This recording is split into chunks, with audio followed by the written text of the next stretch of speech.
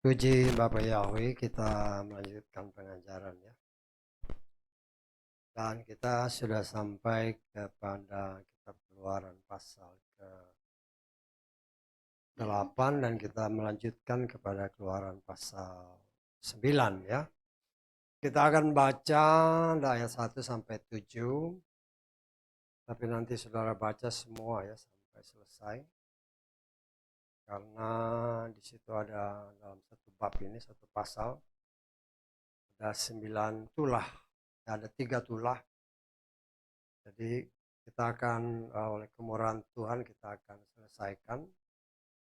Kemudian saudara harus baca di rumah supaya mengerti lebih dalam ya. Kita akan baca bersama kitab Keluaran pasal ke-9. Kita baca bersama 3-4. Dan berfirmanlah Yahweh kepada Mose, pergilah ke hadapan Firaun dan berbicaralah kepadanya. Beginilah firman Yahweh Elohim orang Ibrani. Suruhlah umatku pergi agar mereka dapat melayani aku. Sebab jika engkau menolak menyuruh mereka pergi dan engkau masih menahannya, lihatlah tangan Yahweh akan ada pada ternakmu yang di padang, pada kuda, pada keledai, pada unta, pada lembu, dan pada kawanan domba. Itu suatu sampar yang sangat dahsyat. Dan Yahweh akan membuat pemisahan antara ternak orang Israel dengan ternak orang Mesir. Dan dari semua milik orang Israel, seekor pun tidak akan mati. Kemudian Yahweh menetapkan pilihan waktu dengan mengatakan, esok hari Yahweh akan melakukan hal ini di negeri ini. Dan pada keesokan harinya Yahweh melakukan hal ini. Dan seluruh ternak orang Mesir mati. Tetapi dari ternak Bani Israel tidak seekor pun mati. Lalu Firaun mengirim utusan dan tampaklah tidak seekor pun dari ternak orang Israel mati. Namun hati Firaun menjadi berat dan dia tidak mau melepaskan umat itu pergi. Amin. Puji Bapa Yahweh, silakan duduk. Haleluya, kita melihat sudah beberapa tulah ya. Tulah kalau dalam terjemahan bahasa Inggrisnya plague ya. Jadi kalau dikatakan di sini ya sebenarnya wabah. Wabah sampar ya. Satu penyakit ataupun apapun yang Tuhan kehendaki untuk dilakukan untuk membuat orang Mesir atau dalam hari ini Firaun mau menyadari dan mau mengakui bahwa Yahweh adalah Tuhan yang Maha Kuasa yang sanggup melakukan apapun yang Dia kehendaki, khususnya untuk membebaskan umatnya, ya, untuk menyelamatkan umatnya, ya. Dan kita mengetahui bahwa firman Tuhan menyatakan, dari sekian banyak bangsa di seluruh pelosok muka bumi, Tuhan hanya tertarik dan mengangkat bangsa Israel sebagai orang pilihannya, sebagai anak sulungnya. Ya. Dan Tuhan memperlihatkan kepada dunia, dalam hal ini melalui Mesir dan Firaun yang melambangkan dunia dan penguasa dunia, betapa luar biasa tangan Tuhan menjamah bangsa Mesir yang menahan bangsa pilihan Tuhan. khususnya Firaun, sehingga Tuhan mengadakan begitu banyak wabah-wabah, ya. Dan kita tahu bahwa ada 10 wabah atau tulah yang Tuhan bikin, yang Tuhan adakan terhadap bangsa Mesir, ya. Kita merewind sedikit betapa wabah yang pertama, air di Sungai Nil khususnya, yang merupakan sumber kehidupan bagi bangsa Mesir, itu Tuhan tunjukkan bahwa Dia mampu untuk merubah air Sungai Nil menjadi darah. Ya. Dan kita harus mengingat, ya, bahwa bangsa Yesrael, orang pilihannya, juga hidup dari air Sungai Nil. Tetapi Tuhan mampu membuat air yang dipakai bangsa Israel untuk kehidupan mereka itu tidak kena wabah itu dengan cara Tuhan yang luar biasa. Ya. Air adalah satu benda yang sangat dibutuhkan untuk kehidupan semua manusia. Dari bangun pagi, ya. Dari bangun pagi minum, ya, perlu air. Kemudian masuk ke kamar mandi, ya, bersih-bersih segala macamnya, perlu air. Kemudian dalam kehidupan sehari-hari, dalam menjalankan tugas, dia mungkin waktu itu menggembalakan binatang-binatang atau melaksanakan pekerjaan-pekerjaan. Mereka butuh air. Jadi air adalah dapat kita katakan sebagai sumber kehidupan bagi manusia pada umumnya. Ya. Tetapi Tuhan mau kasih lihat kepada Mesir. Ketika bangsa Mesir melalui Firaun, Tuhan perintahkan, bebaskan umatku supaya mereka beribadah kepada. Ya. Dan karena Firaun mengeraskan hati, atau lebih tepatnya hatinya dikeraskan oleh Tuhan, dan Tuhan mau memperlihatkan kepada Firaun dan kepada Mesir dan kepada dunia bahwa Tuhan yang disembah oleh bangsa Israel adalah Tuhan yang Maha Kuasa, yang setia kepada firman-Nya. Ya, dia setia sama firman-Nya. Karena dari apa yang sudah kita pelajari sebelumnya, bahwa bangsa ini setelah diperbudak lebih dari 400 tahun, mereka boleh dikatakan totally lupa Tuhannya. Ya. Nggak tahu lagi siapa Tuhannya.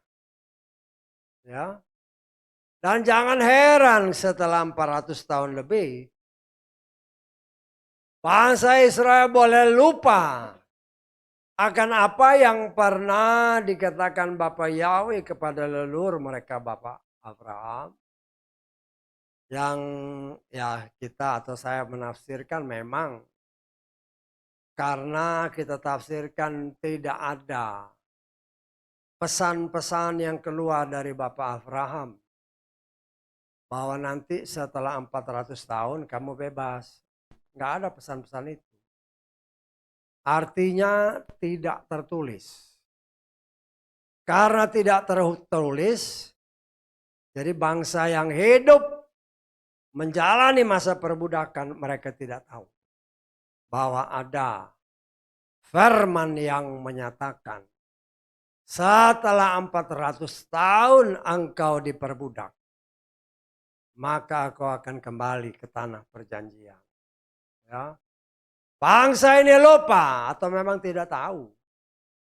Ya. Saudara dan saya harus ingat bahwa Mose itu tahunya nanti. Ketika dia sedang, katakanlah dia menerima batu-batu yang ditulis dengan tangan Bapa Yahweh, 10 aturan, perintah, dan ketetapan Tuhan. Kemudian Tuhan membeberkan setiap kata-kata dalam firman itu. Sehingga kita mengenal dari 10 perintah, aturan dan ketetapan menjadi 613. Aturan, perintah, dan ketetapan Tuhan. Dan semua apa yang pernah Tuhan lakukan dari awal penciptaan kembali. Bahkan oleh satu ayat saja dalam Kejadian 1 ayat 1 menjelaskan kepada manusia melalui Mose bahwa sebelumnya Tuhan telah menciptakan langit dan bumi. Itu ayat 1 ya. Itu yang harus saudara tidak boleh lupa. Kenapa? Karena dunia dengan begitu banyak penemuan arkeolog, ya, mereka berdasarkan ilmu pengetahuan yang mereka miliki sekarang. Mereka bisa mendeteksi bahwa barang ini yang ditemukan dari penggalian-penggalian. Mereka bisa memperkirakan bahwa umur barang ini atau umur tulang ini itu sudah sekian juta tahun. Ya, bukan ribu tahun ya, juta tahun. Nah kalau saudara ditanya sama orang, saudara harus bisa menjawab. Karena saya sudah menjelaskan. Ya. Karena di dalam Kejadian 1 ayat 1 itu tidak pernah disebutkan sudah berapa lama. Saya tanggap. Ya. Nah kalau saudara suka baca mungkin di media-media kan. Oh ditemukan tengkorak yang panjangnya sekitar 15 sampai 20 meter. Tulang-tulang manusia. Jangan heran. Itulah yang saya katakan. Saya menafsirkannya. Terjadi pada Kejadian 1 ayat 1. Kenapa? Loh. Karena kita harus punya hikmat yang Tuhan anugerahkan bagi kita. Pernah saya jelaskan supaya gampang menangkap. Ya. Kita tahu di beberapa kebun-kebun binatang di Indonesia juga ada. Ya, bahkan di museum-museum. Ya. Ada binatang yang kita kenal khususnya kayak dinosaur. Dan binatang-binatang raksasa lainnya, mamut, segala gajah-gajah raksasa. Karena ditemukan terangnya ini, ya belalai. Ya. Belalai ya, gading belalai kan? Belalai ininya ya, ininya, terang, ya ini yang ininya tuh. Itu bisa 2-3 meter. Itu yang namanya mamut. Artinya gajah raksasa. Ya. Lo dari situ kita bisa menafsirkan bahwa di Kejadian 1 ayat 1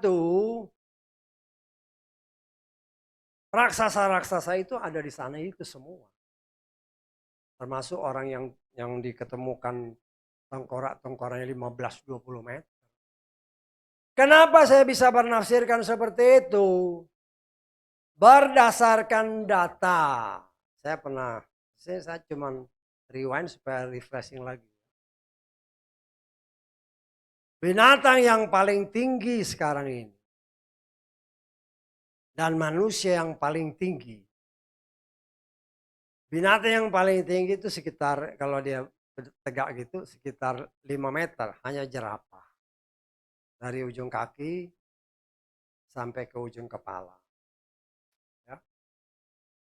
Sekitar 5 meter dari tanah. Manusia yang paling tinggi, kita 2,5 meter.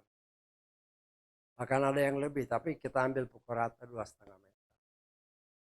Kalau kita mengambil perbandingan itu, maka kita tidak heran kalau di museum-museum yang memamerkan dinosaurus yang tingginya 30-an meter. Ya. Berarti kalau zaman sekarang antara jerapah dengan manusia 1:2, ya. Maka zaman dahulu pun kalau ditemukan dinosaurus yang 30 meter, maka manusianya sekitar 15 meter. Saya tanggap, ya. Jadi paling sedikit ada yang Tuhan berikan untuk kita mengerti dan kita tidak tertipu. Kan bisa aja kan. Karena ini katanya kan kitab sucimu penciptaan kembali. Mereka bilang penciptaan cuma 6 hari, berarti 6.000 tahun. Loh ini buktinya diketemukan sampai jutaan tahun, gimana? Berarti kitab sucimu salah. Loh ada hal-hal yang tersembunyi. Yang memang tidak perlu kita ketahui detail. Hanya Tuhan memberikan kepada saudara dan saya hikmat. Bahwa apa yang dikatakan di dalam kitab Kejadian pasal 1 ayat 1 itu semua rahasianya di sana. Ya. Jadi kita bisa menafsirkan ya, bahwa kayak dinosaurus itu semua ada di sana. Nah memang yang setelah kejadian hari penciptaan kembali ada raksasa-raksasa yang muncul kembali. Dengan jelas dikatakan oleh firman Tuhan. Itu tertulis dalam kitab Kejadian pasal 5. Pasal ke-6. Ya. Ketika anak-anak Tuhan, ditulisnya demikian. Tetapi saya menafsirkan dan saya rasa banyak orang lain menafsirkan. Itu pasti malaikat. Ketika mereka mengawini perempuan-perempuan yang mereka ingini, anak-anak manusia, jelas dikatakan lahirlah raksasa-raksasa. Tetapi ada tertulis, sebelumnya sudah ada. Saudara enggak? Kalau saudara lihat di dalam Kejadian pasal 6, sebelumnya sudah ada. Loh itu harus jadi pertanyaan, dari mana? Dari mana? Dan kita sudah belajar, saya hanya meriwain sedikit. Ya, karena banyak orang juga nggak percaya. Saya menafsirkan, itulah anak setan. Ketika Hawa dihampiri oleh si Lucifer. Karena Lucifer itu kan malaikat juga, yang jatuh. Sama dengan di Kejadian pasal 6, malaikat yang jatuh. Malaikat kawin sama manusia, jadilah raksasa. Nah kalau di Kejadian pasal 6 dikatakan, dan sebelumnya sudah ada, yaitulah anaknya Lucifer. Walaupun banyak orang menentang, tetapi ada tertulis. Firman Tuhan jelas menyatakan, ada anak-anak Tuhan dan ada anak-anak setan. Walaupun orang banyak menentang, banyak apa ya terserah. Tapi saya percaya ada tertulis. Karena kalau kita kejar orang itu juga mereka bingung. Ya, banyak orang yang nggak percaya, makanya ada penafsiran macam-macam. Loh ini akibat incest. Orang yang kurang hikmat incest lagi di. Ini karena incest maka jadi raksasa. Hikmatnya di mana? Sampai sekarang incest banyak. Betul nggak? Kan banyak sekarang. Sekarang ini, zaman-zaman sekarang ini. Ibu kawin sama anaknya, punya anak-anak. Bapak kawin sama anaknya, punya anak-anak. Tapi nggak raksasa. Jadi jangan dibodohi dengan hikmat setan yang berusaha menyembunyikan identitasnya bahwa dia telah melakukan perzinahan dengan Hawa. Ya, karena mereka banyak tidak memperhatikan. Hanya melihat, oh ada kan di dalam kitab Kejadian menyatakan. Bersetubuhlah Adam dengan Hawa. Kemudian lahirlah si Kain. Ya. Nah itu yang kita harus perhatikan kalimatnya. Di dalam ayat-ayat berikutnya. Khususnya bagi Abraham, bagi Yitzhak, bagi Yakub. Sarah melahirkan Yitzhak. Sarah menghasilkan Yitzhak bagi Abraham. Kemudian nanti Yitzhak punya anak si siapa? Kawin sama Ribka. Ribka melahirkan anak bagi Yitzhak. Kemudian nanti Yakub dengan 4 orang istrinya. Jelas dikatakan mereka melahirkan bagi Yakub. Jadi pasti anak-anaknya. Tetapi Kain tidak pernah ada kalimat yang menyatakan bahwa Kain itu si Hawa melahirkan Kain bagi Adam itu tidak ada ayatnya. Loh kenapa? Itulah rahasia yang tidak bagi semua orang Tuhan buka. Sesuai dengan apa yang kita baca Markus pasal 4 ayat 11. Di sini kita melihat luar biasa pekerjaan Tuhan. Firman air yang Tuhan mau singkapkan. Tapi kan banyak orang juga menolak. Ya. Karena menolak firman. Bukan kehidupan yang mereka peroleh. Akhirnya air menjadi darah. Kematian yang mereka. Karena menolak firman. Kalau tidak tahu berdiam diri tanya Tuhan. Jangan bantah di depan banyak orang. Bisa datang kamu saya. Saya juga karena saya punya pengalaman pribadi. Kalau sedang ada khotbah saya baca atau apapun. Yang pertama saya nggak mau bantah. Tapi saya cek dulu, saya baca dulu, saya cek.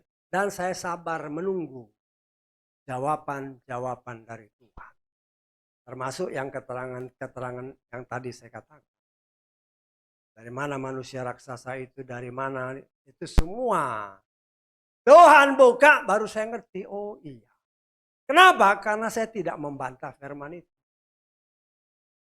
Bisa tanggap. Nah saudara pun kalau baca firman, baca aja dulu, kalau nggak ngerti tanya Tuhan. Jangan bantah dulu. Belum udah bantah. Oh kalau itu anak malaikat bisa saya begini-begini. Gak ada hikmat sama sekali. Dia orang-orang seperti ini tidak sadar bahwa mereka mengejek firman. Nah itulah yang harus kita sangat berhati-hati. Karena kita tidak mau menerima firman, tidak mau menerima air yang murni, akhirnya jadi darah, jadi kematian. Engkau tidak menerima pembukaan rahasia firman. Ya, yang Tuhan kerjakan sebagai wabah yang pertama. Penolakan akan firman Tuhan. Membuat kehidupan kita di mata Tuhan menjadi menjijikkan. Kan wabah yang kedua itu katak. Binatang yang menjijikkan. Di mata Tuhan, orang yang menolak firman Tuhan, itu kejijikan. Kayak katak itu. Tuhan kasih lihat ini. Sifat karaktermu ya kayak gini. Tuhan mau kita menyadari. Kalau belum bisa terima, ya ngomong aja sama Tuhan. Ya kan? Apalagi hal ini yang berhubungan dengan ibadah. Loh ibadah itu perintah ya. Perintah. Jangan kita melawan perintah Tuhan. Jangan. Ya. Dengan berbagai macam alasan. Aduh, capek ah. Capek duduk mau ngapain. Ibadah puji-puji nggak ada hasil. Mendingan di kantor, usaha-usaha, ada duitnya. Ya. Kalau berani membantah firman Tuhan, dalam pandangan Tuhan, itu seperti kata-kata yang menjijikkan. Jijik. Sudah tahu jijik kan? Umpama ada sesuatu yang jijik, aduh megang, mau jangankan megang, deket aja gak mau. Dalam pandangan Tuhan seperti itu. Kita harus melihat bahwa engkau dan saya adalah anak-anak Tuhan. Yang dari barang yang tidak berharga. Tuhan poles sedemikian rupa sehingga ada harganya. Bukan barang yang menjijikkan. Tadinya mungkin berkali-kali dikatakan kita ini kan sebagai emas yang murni. Ya. Seringkali emas yang murni itu tersembunyi di dalam batu-batu karang. Batu-batu cadas.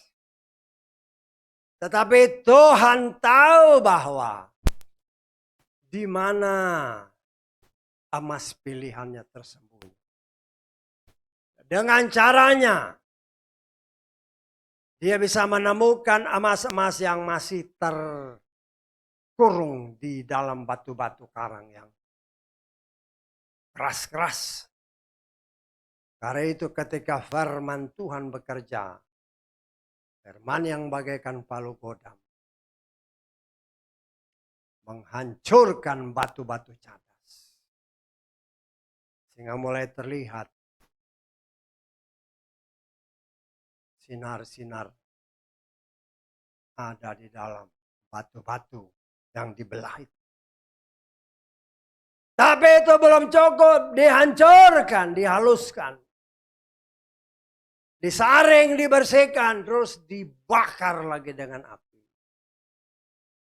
Jika tadinya sesuatu yang tidak berharga, setelah diproses sedemikian rupa, menjadi barang yang sangat berharga. Dan kita melihat, ya, kita ini ya seperti yang beberapa tulah yang disebutkan tadi. Tadinya karena banyak orang, banyak manusia yang menolak firman. Ingat ya, berbicara Firaun itu berbicara manusia dunia. Karena Firaun menolak firman dalam pandangan Tuhan sangat menjijikkan.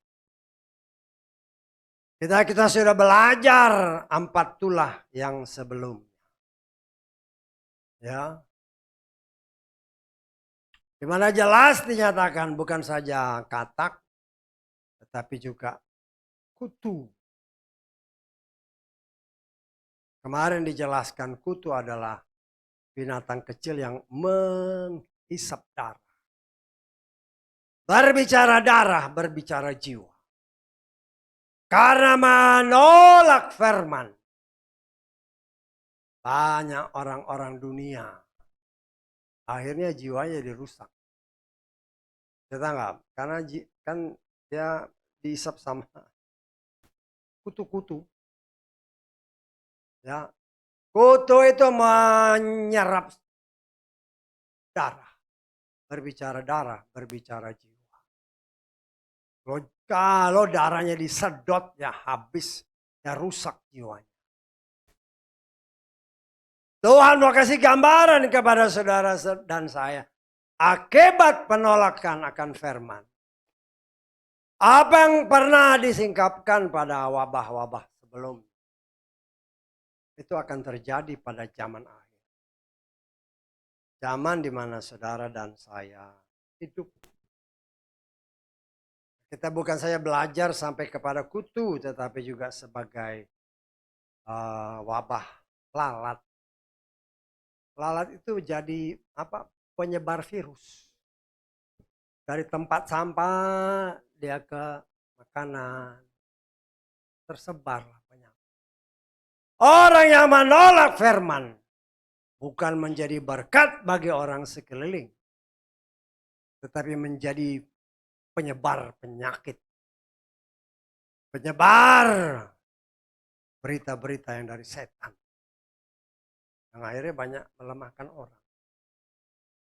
Ya kita juga harus sangat berhati-hati.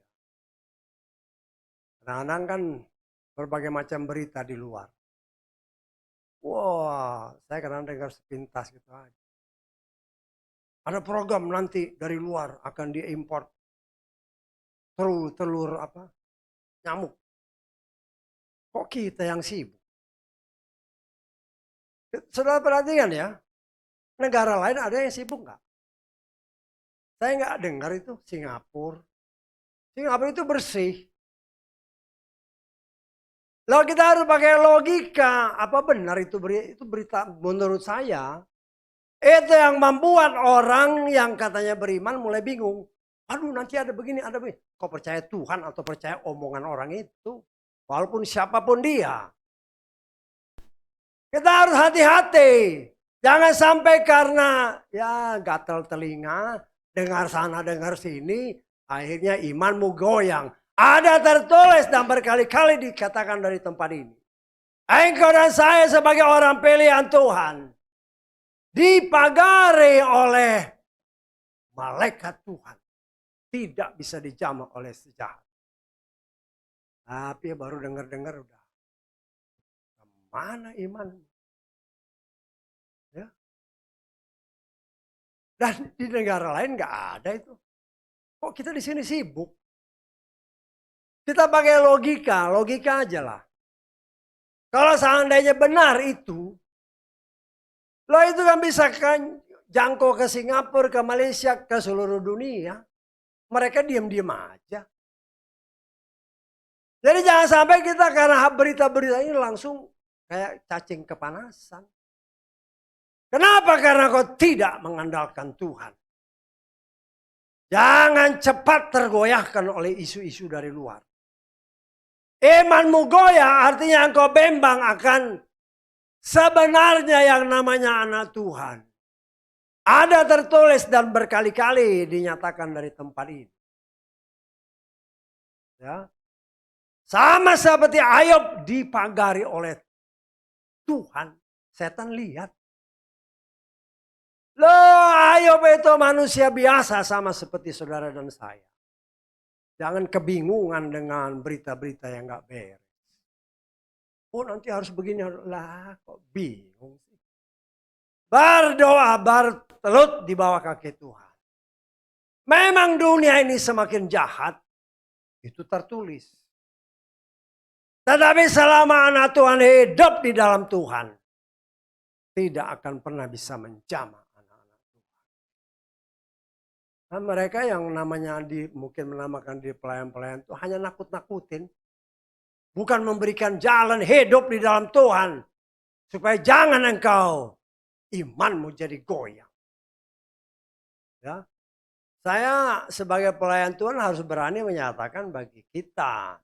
Khususnya bagi mereka yang Tuhan percayakan saya layani gembalakan. Untuk meyakinkan saudara dan saya.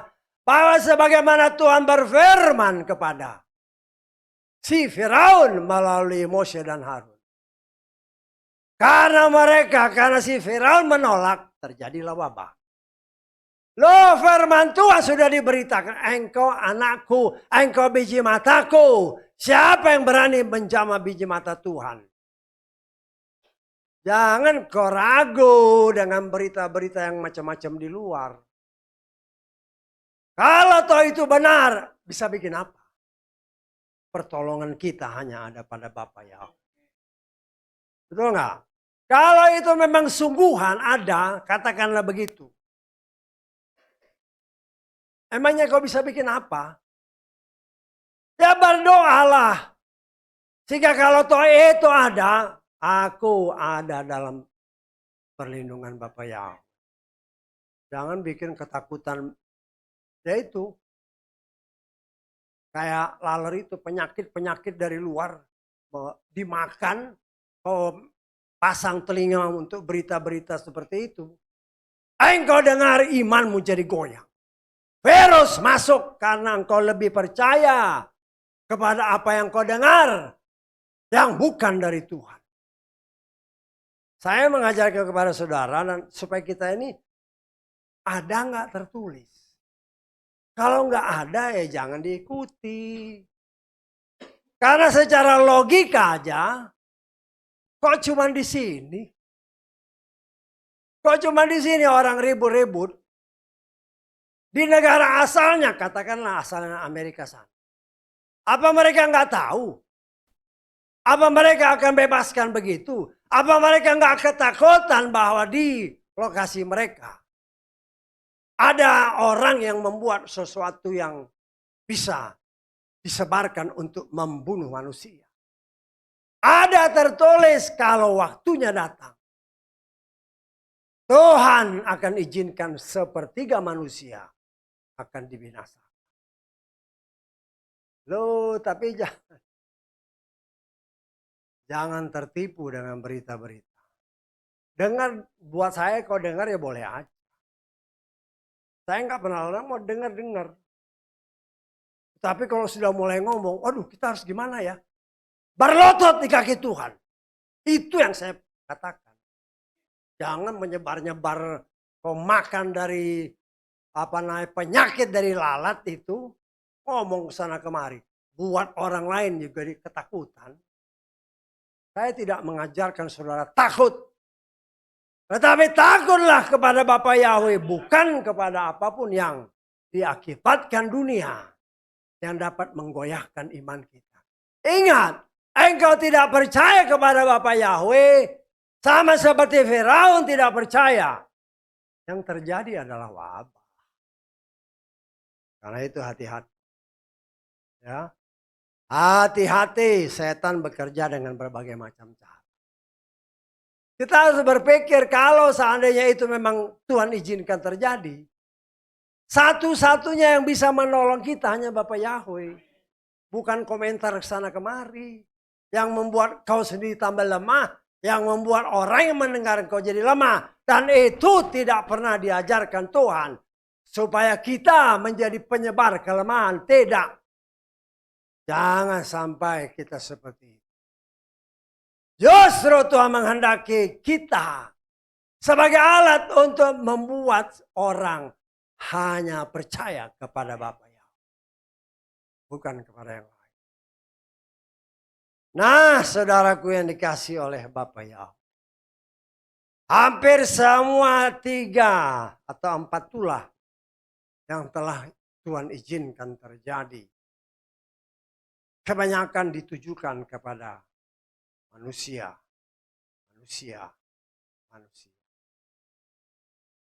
Tapi Tuhan izinkan Firaun semakin keras. Ya, kenapa? Ya, kita kan boleh nafsir. Ya. Sebenarnya di dalam, kalau kita tafsirnya, di dalam hati Firaun ini dia juga udah tahu nih bahwa Tuhan itu maha kasih. Udah dikasih tulah, pasti Tuhan betulin lagi. Itu yang membuat dia semakin keras. Tapi memang Tuhan izinkan itu terjadi karena memang Tuhan punya rencana untuk membuat 10 tulah yang memang sudah dia siapkan. Itu akan ditumpahkan. Jangan. Memang awalnya air jadi darah. Tetapi seperti yang tadi disingkapkan, air berbicara kehidupan. Tetapi darah Tuhan kasih lihat karena engkau berontak terhadap sembelan yang pertama. Pada yang ke-10 darah itu terjadi. Kematian itu terjadi. Karena itu saudaraku yang dikasihi oleh Bapa Yahweh. Ya. Kita melihat di sini. Dari apa yang kita baca. Tuhan memperlihatkan pula. Bukan hanya kepada manusia. Ya. Tetapi ya walaupun ada juga binatang-binatang dalam ayat-ayat sebelumnya. Tetapi seolah-olah ya karena orangnya sakit ya nggak begitu peduli lah dengan binatang kan. Betul nggak? Kalau manusia sakit nih. Kalau dia sakit Ya binatangnya otomatis ya terserah lah itu. Tapi sekarang Tuhan kasih lihat ini khusus untuk binatang. Semua binatang di tanah Mesir. Tuhan tunjukkan kepada Firaun akan kena sampar. Memang tidak disebutkan jenis samparnya dengan detail. Ya. Hanya dikatakan terkena sampar yang sangat dahsyat. Yang mengakibatkan ya semua binatang-binatang orang Mesir ya itu mati ya. Kita melihat di sini Tuhan kasih lihat kepada si Firaun di tanah Yesrael, di tanah Goshen yang bagian daripada Mesir. Wabah ini tidak sampai ke sana. Dan untuk meyakinkannya di dalam ayat-ayat terakhir yang kita baca. Firaun mengirim utusan ke tanah Goshen. Mereka melihat sungguh beda. Di tanah Goshen di mana orang Israel ada. Walaupun sama-sama Mesir. Tetapi berbeda. Di satu sisi di tanah Mesir. Yang ada adalah kematian, penyakit, dan sebagainya. Tetapi di tanah Goshen yang merupakan juga bagian daripada Mesir. Mereka melihat tanah ini subur. Ya. Tanah ini ternak-ternaknya subur. Rakyatnya juga happy-happy aja. Ya. Dan itulah yang seringkali juga kita bisa mendengar. Orang-orang yang pergi ke sana kan sebelum peperangan inilah. Begitu masuk ke tanah Israel kelihatannya tertib semua. Begitu keluar dari perbatasan Israel, beda. Ada perbedaan. Orang yang takut akan Bapa Yahweh dan melaksanakan perintah. Dan orang-orang yang tidak percaya kepada. Nah, saudaraku yang dikasih oleh Bapa Yahweh. Di dalam kitab Keluaran ini, pasal 9, kita melihat. Bukan saja ternak yang kena hajar oleh sampar. Dan kita melihat firman Tuhan menyatakan. Firaun tetap keras. Dan di sini memang tidak disebutkan berapa lama. Tidak ada ayatnya. Ya. Jadi kita tidak bisa menafsirkan berapa lama kira-kira. Total wabah ataupun tulah yang Tuhan lakukan di tanah Mesir. Hanya saya menafsirkan sekitar 40 hari. Ya. Kemudian tulah atau wabah yang keenam berdasarkan firman Tuhan.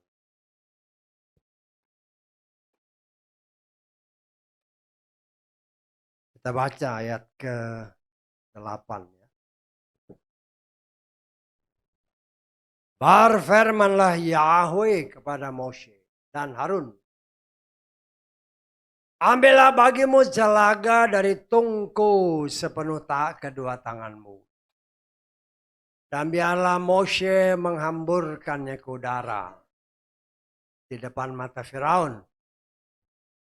Biarlah jelaga itu akan menjadi debu di seluruh tanah Mesir. Dan debu itu akan menjadi sebuah bisul yang melepuh pecah menyebar pada manusia dan pada ternak di seluruh tanah Mesir. Ya. Dalam pengajaran sebelum sudah diberitahu bahwa mujizat-mujizat yang Tuhan kerjakan di tanah Mesir bagi bangsa Mesir untuk membuat Firaun tunduk, penguasa dunia tunduk. Tetapi di sisi lain Tuhan mau kasih lihat kepada Mose dan Harun. Orang-orang pilihan yang hidup dalam masa perbudakan dan tidak pernah mengenal siapa itu Yahweh. Yang disembah oleh leluhur mereka Abraham, Yitzhak dan Yakub. Tuhan kasih lihat bahwa Yahweh yang disembah leluhur mereka adalah Tuhan yang maha kuasa. Yang berbeda dari Tuhan-Tuhan yang mereka kenal di Mesir. Ya, kita sudah belajar betapa bangsa Mesir ini pada umumnya menyembah dewa Ra, ya. Dewa matahari. Ya. Dan kita sudah belajar kalau dirunut ke atas, bangsa Mesir ini berasal dari keturunan Ham. Dari Ham ini lahirlah Nimrod. Dan Nimrod berdasarkan kesaksian firman. Diakui oleh firman Tuhan bahwa Nimrod ini adalah orang yang dapat dikatakan orang yang gagah perkasa, pemburu yang gagah perkasa dan ya dipercaya bahwa Nimrod ini yang juga pada waktu itu seolah-olah dinobatkan sebagai dewa. Kita bisa aja menafsirkan dia dinobatkan sebagai dewa matahari. Ya, dewa matahari. Ya. Karena dia ini kan orang yang memang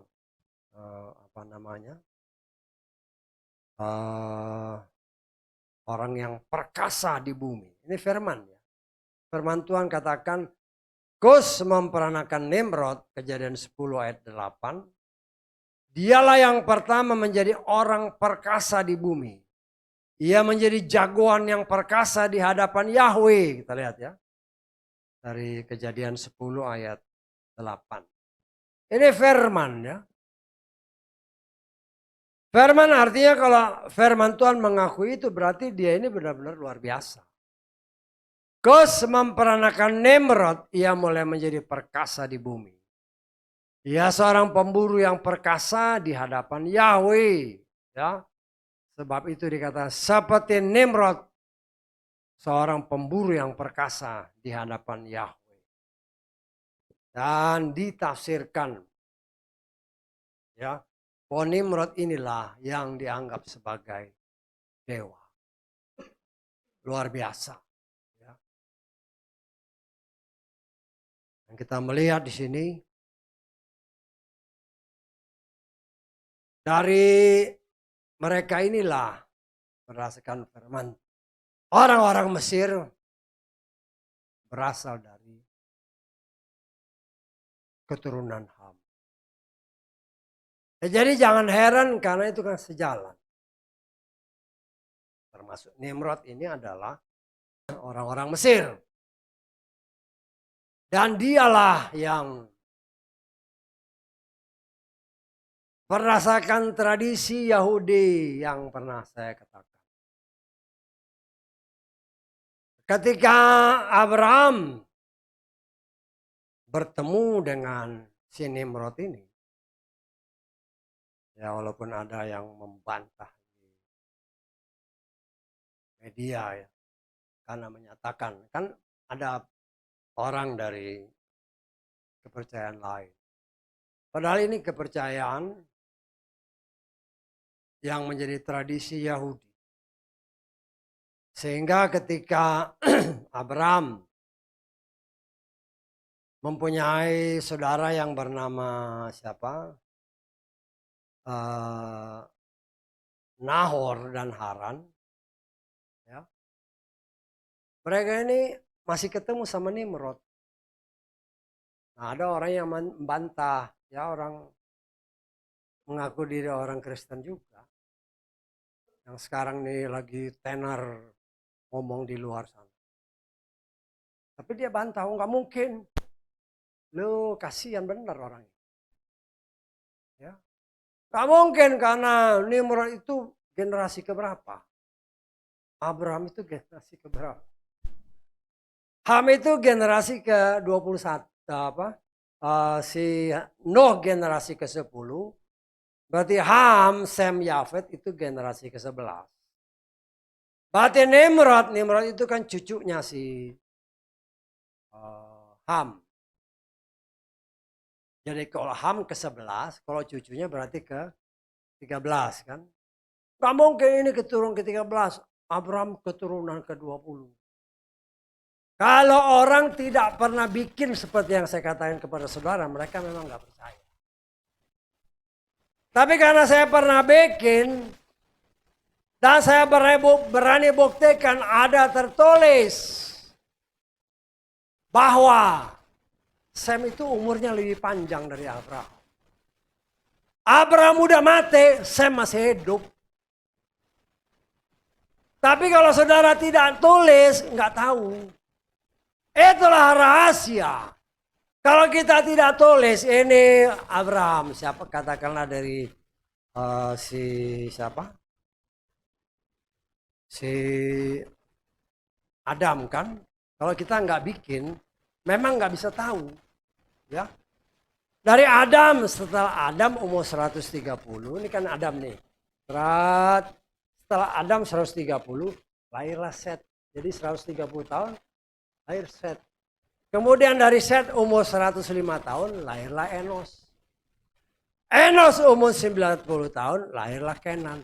Dari situ kalau kita buat, kita akan tahu persis. Apalagi kalau pakai komputer.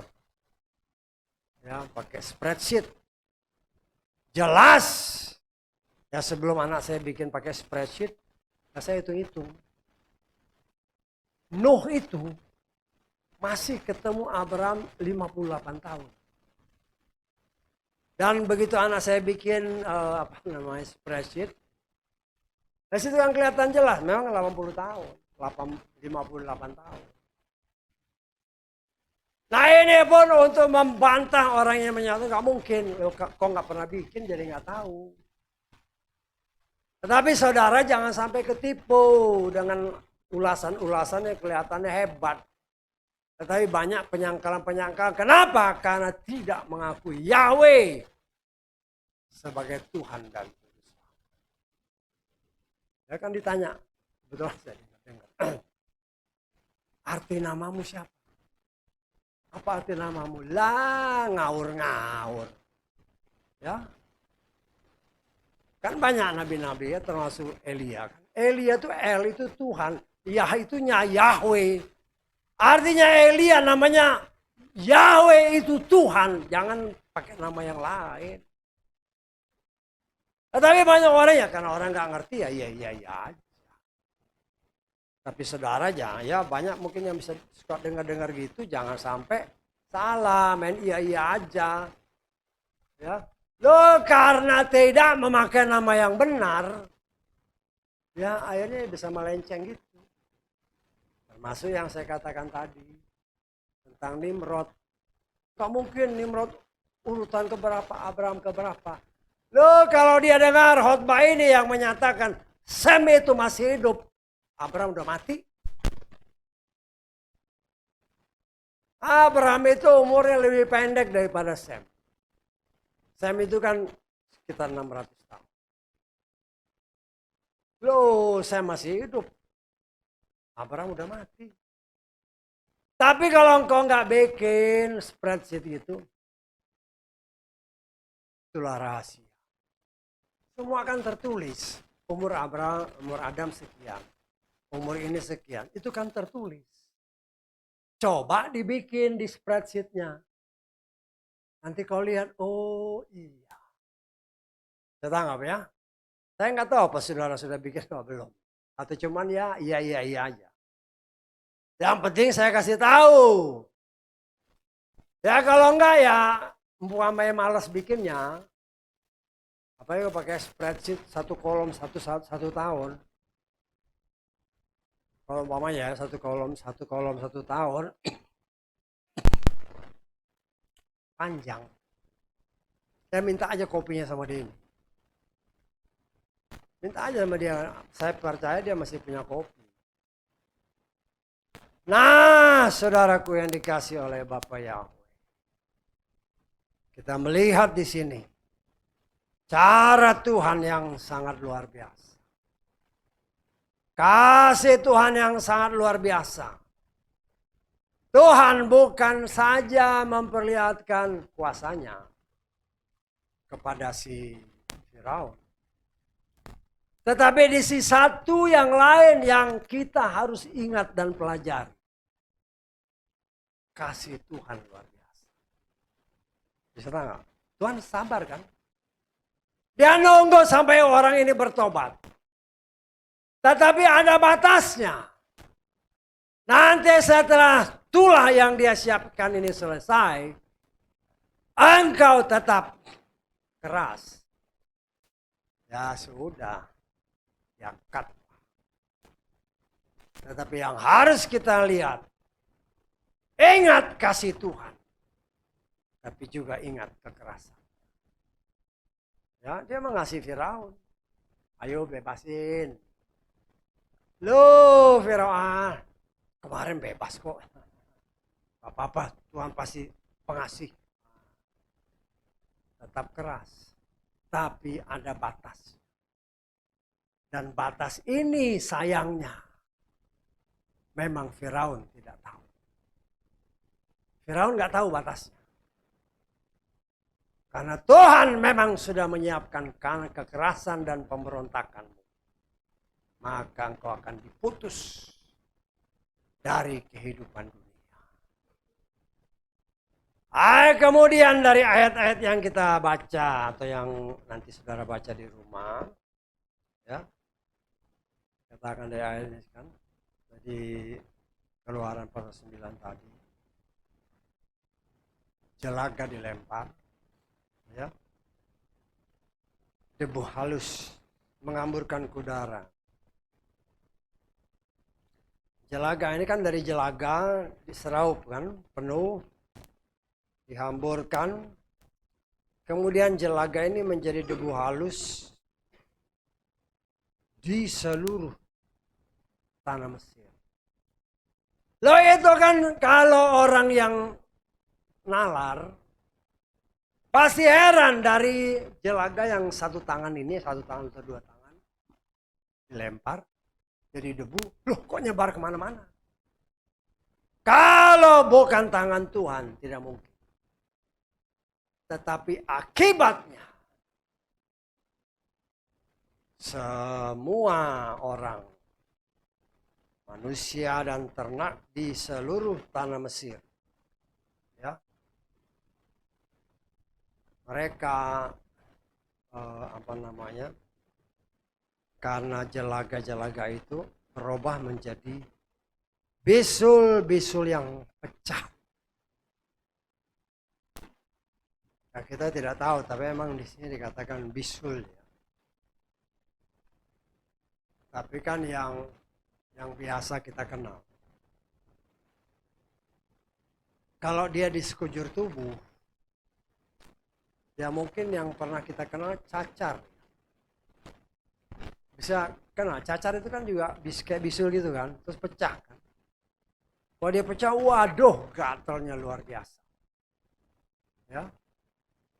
Tapi di sini kita melihat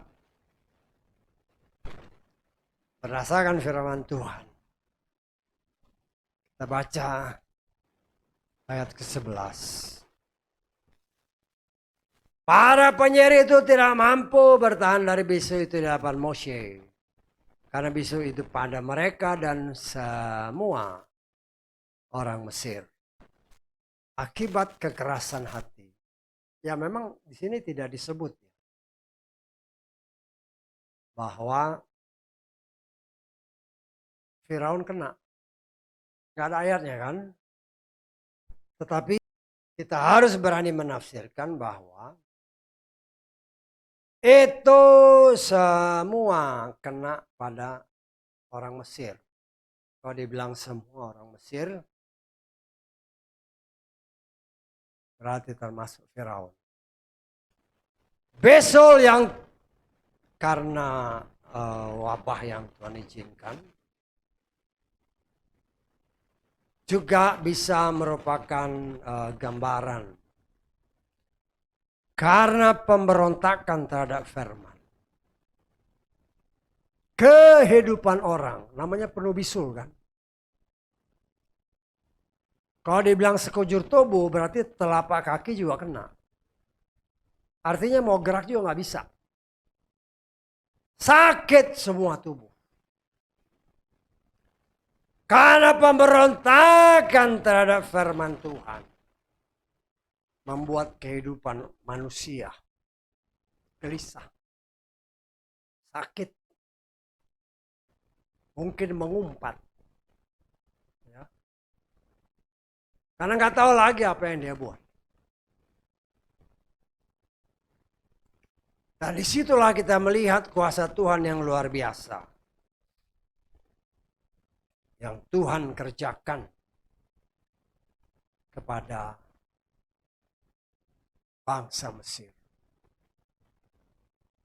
Dan kita melihat di sini. Bangsa Mesir melambangkan dunia ini. Manusia pada umumnya. Pemberontakan terhadap firman Tuhan. Setiap gerakan dalam hidupnya, dalam hidup manusia, tidak menghasilkan damai sejahtera. Tidak menghasilkan ketenangan. Jadi setiap gerakan sakit. Bisa dibayangkan maksudnya. Bisa dibayangkan. Jadi kalau semuanya penuh bisul, mau jalannya sakit, mau gerak sakit. Kesakitan melanda seluruh tubuh manusia yang berontak terhadap firman Tuhan. Dan itu harus kita ingat. Tuhan memperlihatkan itu bagi saudara dan saya sebagai pengajaran. Sebagaimana tertulis. Supaya kita belajar. Jangan memberontak terhadap firman Tuhan. Namanya belajar. Moga saya nggak berontak. Tapi mulai melenceng sedikit. Tapi apabila pada sore hari ini Tuhan ingatkan. Penghukuman terjadi atas Mesir, atas dunia.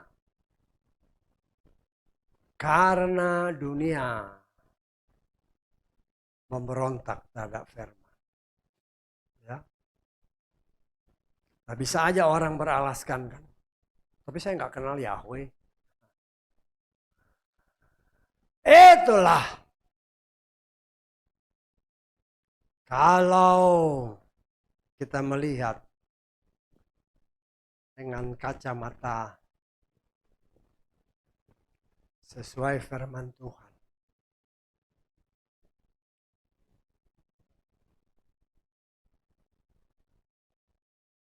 Ada orang punya telinga, tapi nggak mendengar.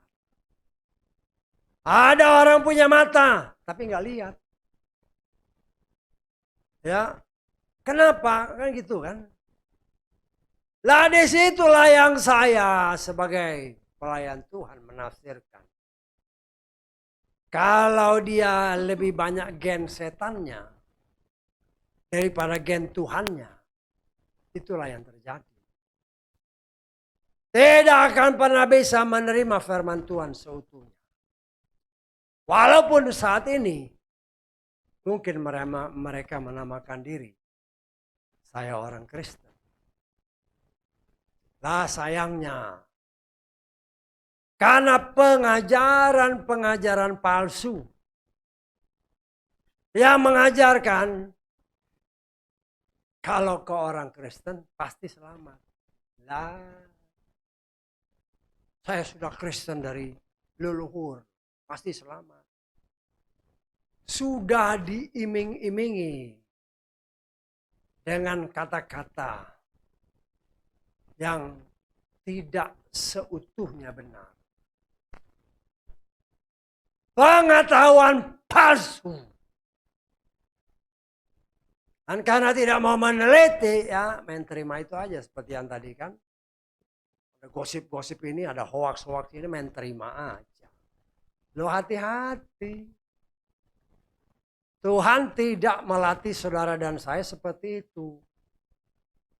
Karena dunia ini memang semakin kacau, semakin banyak hoax. Yang kalau memungkinkan, kan ada tertulis. Orang pilihan pun goyang. Kan banyak orang namanya orang pilihan, oh nanti begini-begini. Kemana iman? Katanya percaya Bapak Yahweh. Kemana imanmu kok goyang? Hanya karena oh ini yang ngomong orangnya begini-begini, wah hebat begini. Kau percaya Tuhan atau percaya manusia? Saudaraku yang dikasih oleh Bapak Yahweh. Jagalah hatimu. Itu kan firman. Pelihara hatimu. Karena dari situlah memancar pancaran-pancaran kehidupan. Tapi kalau kita sebagai anak Tuhan tidak menjaga hati, menerima semua masukan, tidak disaring, ya sudah. Ya mungkin perkataan ini, itu sih omongan gembala aja. Tapi ini benar kok. Ya terserah. Terserah. Ya.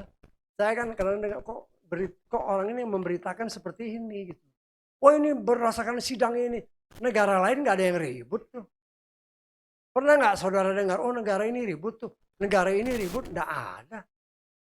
Hanya di sini aja ribut-ribut. Betul gak? Nah kita harus pakai hikmat juga. Karena kalau sampai apa yang dikatakan itu benar, itu menyebar. Lo seluruh dunia akan kena. Kenapa? Karena migrasi penduduk ini dengan teknologi yang ada, setiap hari dari Indonesia kan berapa ribu orang yang keluar. Negara-negara yang berbagai macam. Lo mereka juga hati-hati. Lo karena itu jangan sampai kita begitu mudah termakan isu-isu seperti ini. Ujilah segala sesuatu. Bukankah itu firman? Uji supaya yang baik. Ujinya gimana? Negara lain ada yang sibuk gitu enggak? Enggak ada loh. Kenapa kamu sibuk? Kan enggak ada negara. Saya enggak dengar itu. Oh negara ini juga sibuk karena ini. Enggak ada. Enggak ada. Hanya di sini. Oh ini yang ngomong orangnya begini-begini. Pendidikan dan segala macam. Ada tertulis dan kita sudah belajar. Orang yang berhikmat justru dipermalukan oleh orang-orang percaya. Tuhan bukan mencari orang yang pintar, tetapi orang yang percaya kepada Dia.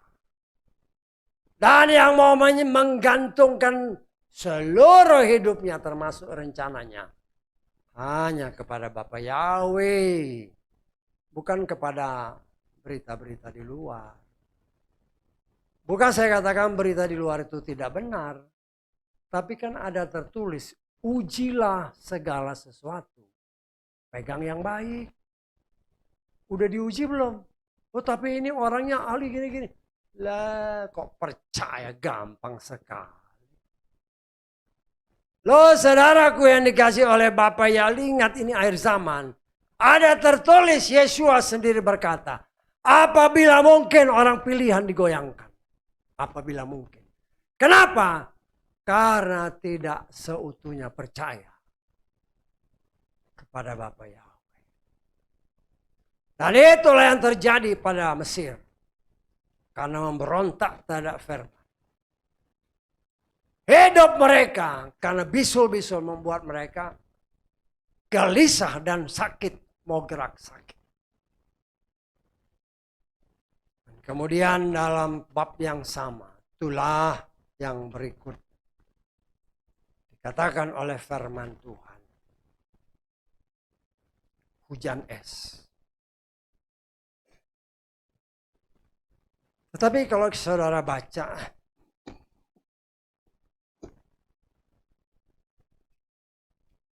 kita baca mulai ayat 18. Ya. Kita bisa melihat ada tulah, tapi ada kasih Tuhan yang luar biasa. Ayat 18 kita lihat.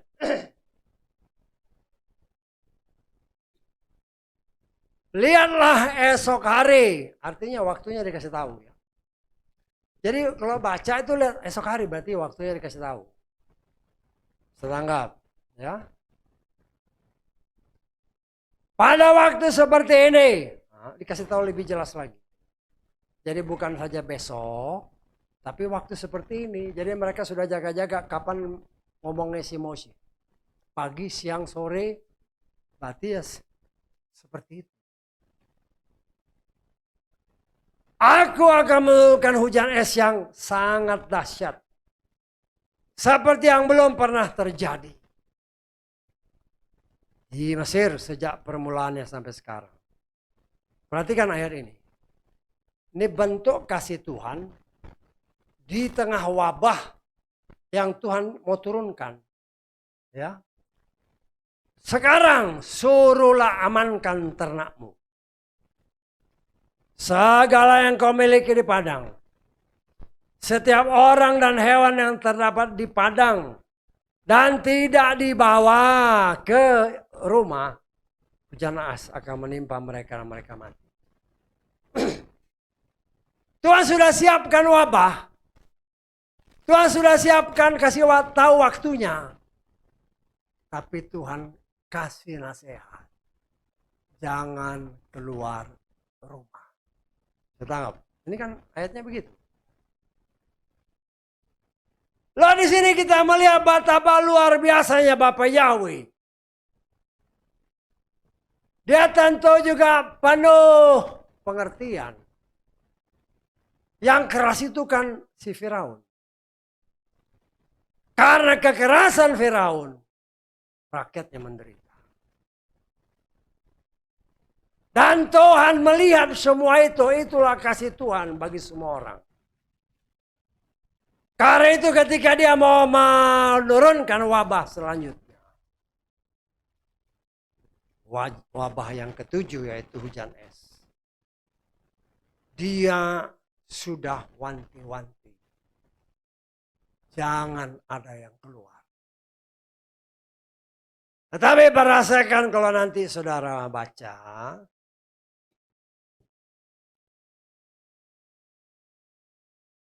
Di sana kita melihat betapa, kita baca aja di ayat ke 24 mulai.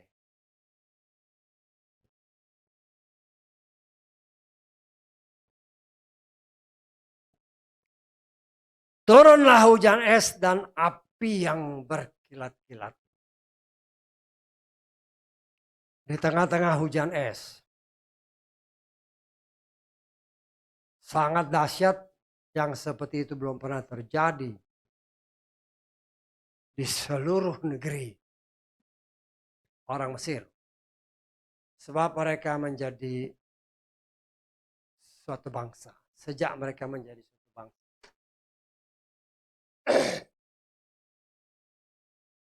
Hujan es itu membinasakan, perhatikan. Segala sesuatu yang ada di padang di seluruh tanah Mesir.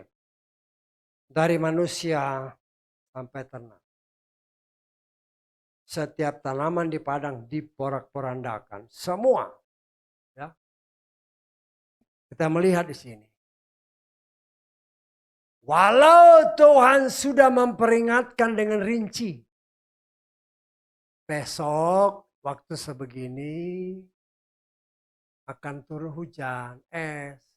Jangan keluar. Kenyataan membuktikan. Ya.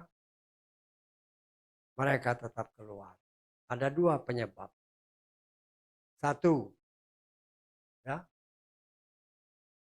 Firaun merasa dia tidak perlu beritahu. Akhirnya rakyatnya nggak tahu. Bisa tangkap maksud saya? Karena rakyat yang nggak tahu yang mereka keluar. Artinya Firaun sendiri membiarkan rakyatnya kena tulah. Padahal kalau dia berbicara kepada rakyatnya. Tuhannya orang Israel berbicara. Besok akan turun hujan es, jangan keluar. Tapi itu tidak dilakukan. Sehingga akibatnya manusia yang ya kita tafsirkan dia tidak tahu. Akibatnya karena pelanggaran dia mati semua. Saya tanggap. Nah, saudaraku, kita coba melihat dengan kehidupan kita. Karena ini kan semua ditulis untuk kita belajar. Ada tertulis. Ya. Bahwa waktu kedatangan Tuhan, kita sudah belajar kan? Itu jelas. Ya. Yang sekarang menjadi pertanyaan, kita sudah mendengar. Tetapi apakah kita mau hidup di dalam rumah Tuhan, bersekutu dengan Tuhan? Atau kita menyibukkan diri kita dengan urusan dunia. Keluar dari rumah Tuhan. Ya akibatnya ada. Saya nggak maksud saya. Ya. Oh itu kan tafsiran loh. Ya boleh-boleh aja. Tetapi sebagai kewajiban saya sebagai pelayan Tuhan. Tuhan sudah memberitahu.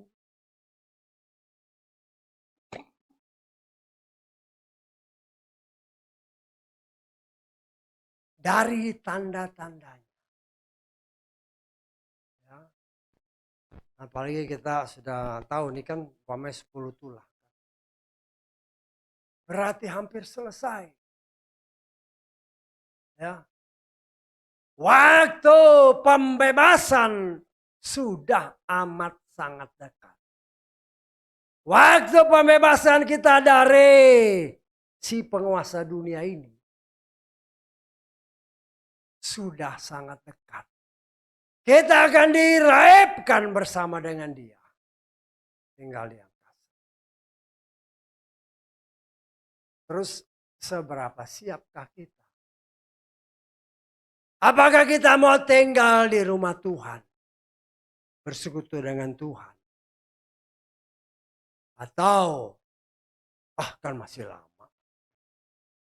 Ya nggak apa-apa. Ya nggak apa-apa. Tetapi kita sebagai anak-anak Tuhan.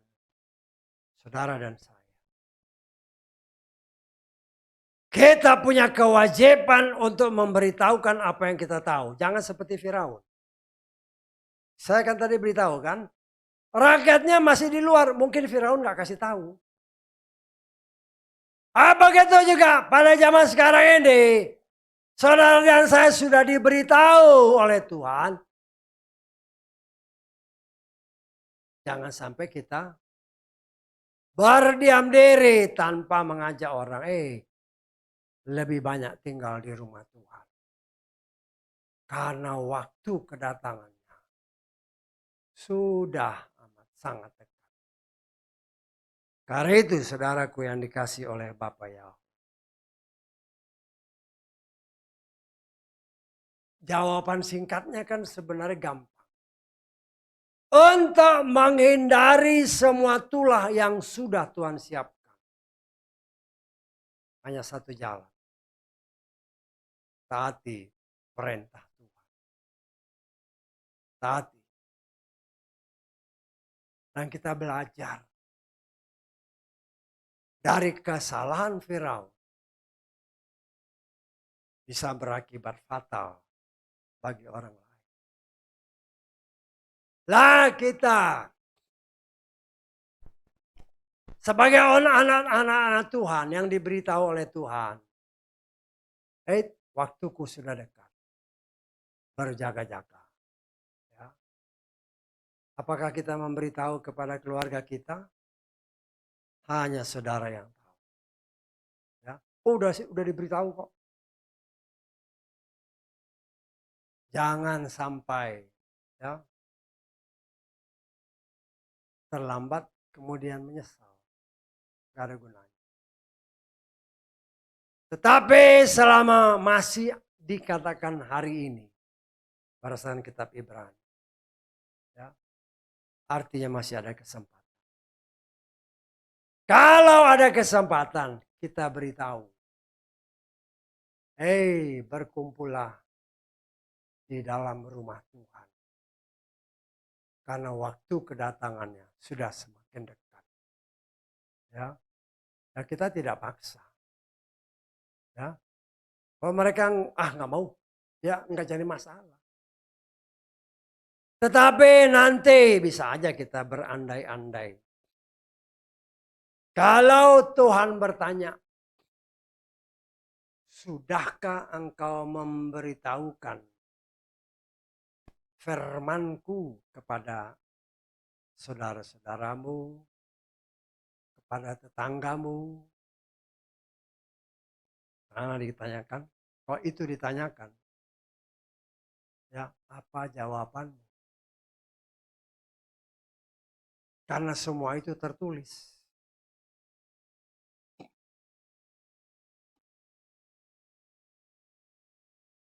Kalau kita tidak mau melakukannya, hati-hati. Saya berdoa dengan sungguh-sungguh, Tuhan tolong. Apabila Engkau berkenan kami menjadi alat untuk menyampaikan kebenaran. Beri kami kesempatan. Beri kami celah. Walaupun orang seperti Yesaya pun berkata, siapa yang percaya kepada pemberitaan kami? Itu masalahnya sudah lain. Tetapi kewajiban kita sampaikan kebenaran firman Tuhan. Haleluya. Amin. Mari kita bangkit berdiri.